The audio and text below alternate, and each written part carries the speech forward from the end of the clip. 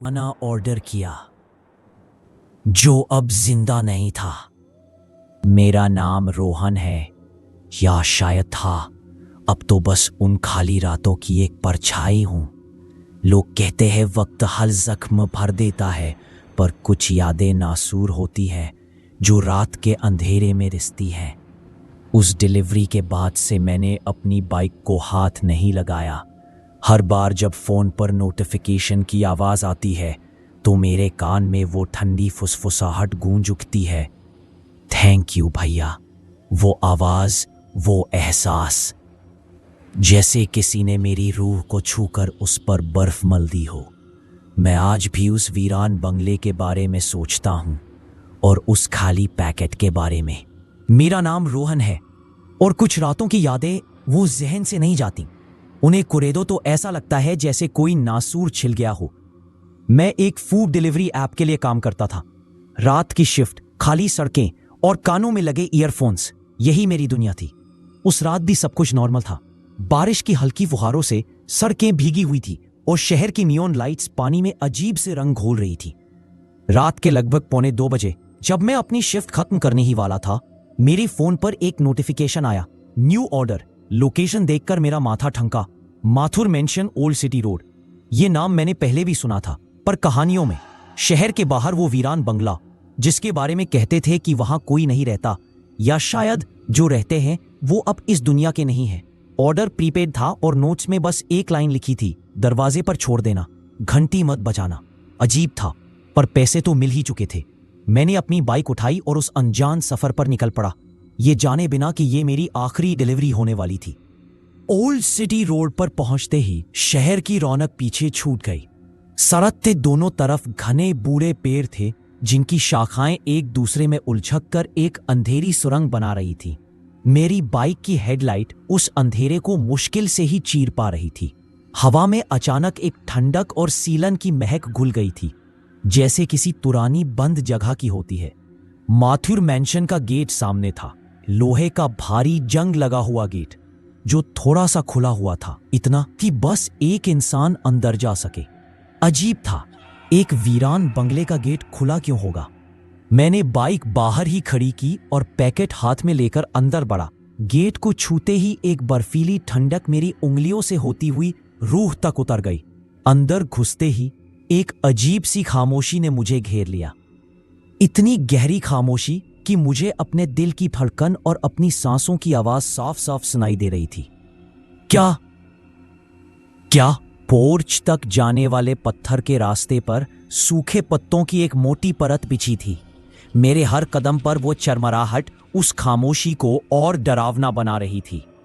लवनी दरवाजा भारी लकड़ी का था, जिस पर की गई नक्काशी अब धूल और जालों के नीचे छिप चुकी थी। वो भी थोड़ा सा खुला था। मैंने हिम्मत करके उसे धकेला। कर की एक दिल कंपा देने वाली आवाज के साथ वो दरवाजा खुल गया। अंदर का अंधेरा बाहर से भी ज्यादा गहरा था। सड़ी हुई लकड़ी और धूल की एक तेज गंध ने मेरे नथुनों पर हमला किया। मैंने फोन की टॉर्च जलाई। रोशनी जहां भी पड़ती बस धूल, जाले और टूटा फूटा सामान ही नजर आता। मुझे पैकेट दरवाजे पर ही छोड़ना था, पर एक अनजानी ताकत मुझे अंदर खींच रही थी, जैसे कोई मुझे बुला रहा हो। मैं धीरे धीरे अंदर दाखिल हुआ। मेरे जूतों के नीचे टूटे कांच के टुकड़े किरकिरा रहे थे। फोन की टॉर्च की रोशनी में हवा में तैरते धूल के कण साफ दिख रहे थे। हॉल बहुत बड़ा था। एक तरफ सीढ़ियां ऊपर जा रही थी और दीवारों पर बड़ी बड़ी तस्वीरें लगी थी जो अब काली पड़ चुकी थी। सब कुछ वीरान था सिवाय एक चीज के। हॉल के बीचों बीच एक छोटी सी गोल मेज रखी थी और उस पर धूल का एक कण भी नहीं था, जैसे उसे अभी अभी किसी ने साफ किया हो। मेज के पास एक पुरानी लकड़ी की कुर्सी थी। ये सब इतना अजीब था कि मेरे पैर वहीं जम गए। मेरे दिमाग ने कहा, रोहन पैकेट यहीं रख और निकल यहां से। मैंने कांपते हाथों से फूड पैकेट उस साफ सुथरी मेज पर रख दिया। पैकेट बहुत हल्का था, जैसे अंदर कुछ हो ही ना। अब मैंने वो पैकेट जो मैंने मेज पर रखा था अब थोड़ा सा खुला हुआ था।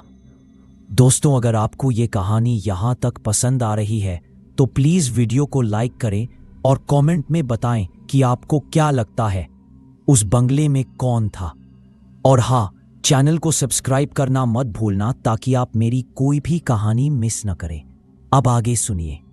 ये देखकर मेरे हाथ पैर ठंडे पड़ गए। मैंने तो उसे छुआ भी नहीं था। मैं पीछे हटने लगा।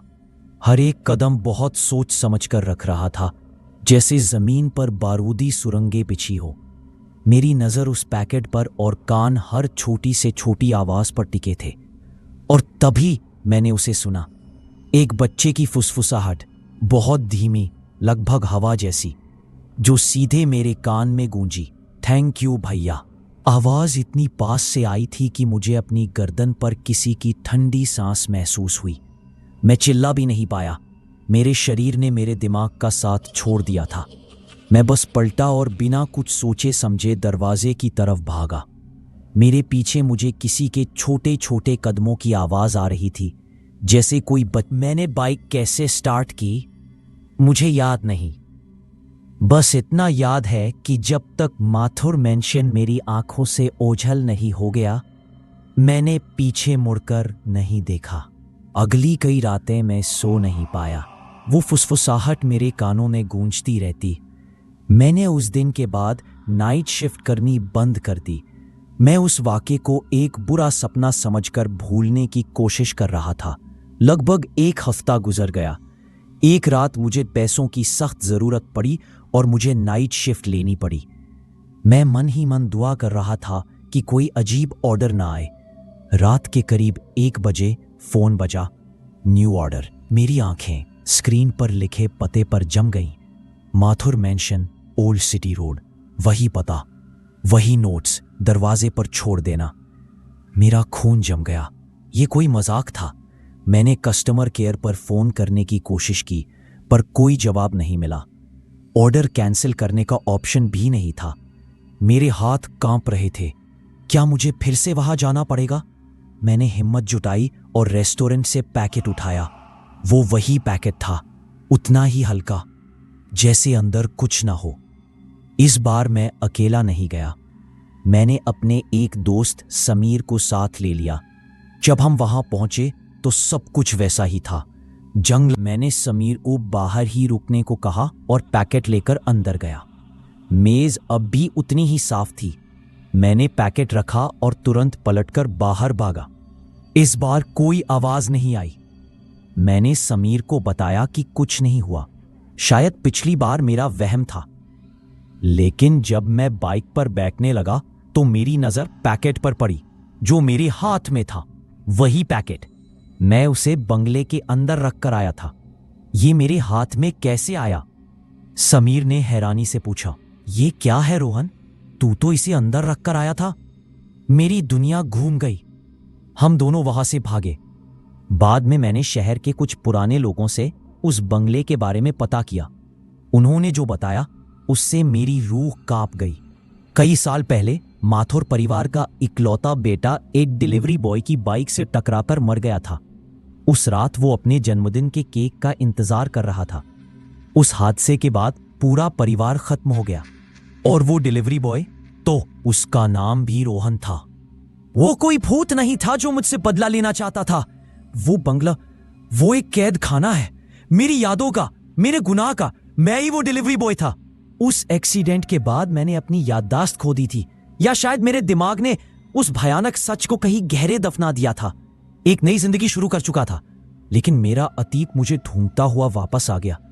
अब हर रात मेरे फोन पर वही एक ऑर्डर आता है, माथुर मेंशन का। मुझे हर रात वहां जाना पड़ता है। उसी हल्के खाली डब्बे को उस साफ मेज पर रखना पड़ता है, और हर रात वो बच्चा मेरे पीछे फुसफुसाता है, थैंक यू भैया, मेरा केक कहाँ है? मैं उस बंगले से कभी बाहर नहीं आ पाता। मैं डिलीवरी पूरी करता हूं और अगली सुबह खुद को अपने बिस्तर पर पाता हूं, उसी पैकेट के साथ। और फिर अगली रात वही सिलसिला। मैं भाग नहीं सकता, ये मेरी सजा है। एक ऐसी डिलीवरी जो कभी पूरी नहीं होगी। कभी कभी अंधेरे में जब मैं अकेला होता हूं तो मुझे लगता है कि मैं उस बंगले में अकेला नहीं हूं। वो छोटा लड़का यही कहीं है, मेरे साथ, हमेशा अपने केक का इंतजार करता हुआ। क्या आपके फोन पर भी कभी कोई ऐसा ऑर्डर आया है? अगर आए तो प्लीज उसे कैंसिल कर देना, मेरी मदद करना।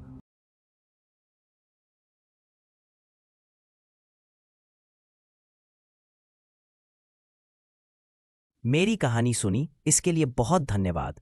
अगर आपको अच्छी लगी हो या कुछ अलग महसूस हुआ हो तो कृपया लाइक करें, कमेंट करें, चाहे अच्छा लगे या बुरा, आपकी राय बहुत मायने रखती है, और शेयर जरूर करें।